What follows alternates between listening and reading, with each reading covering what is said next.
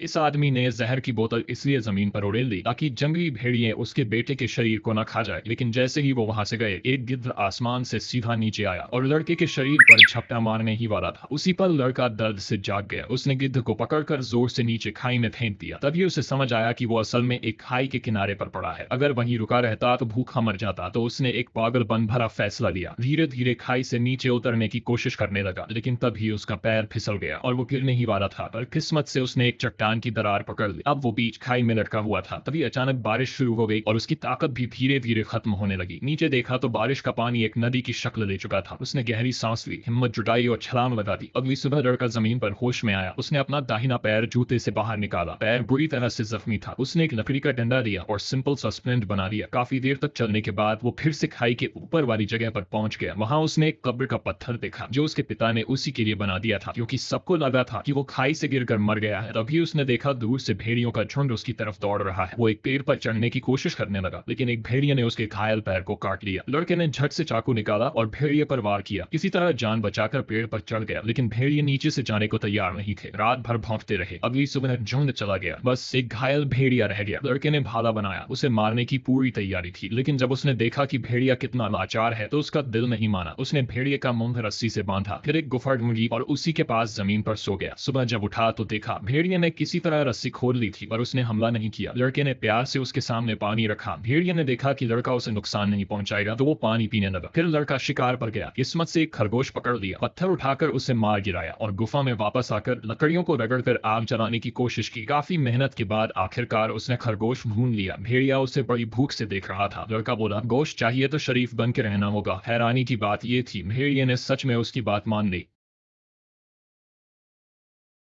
Movie name.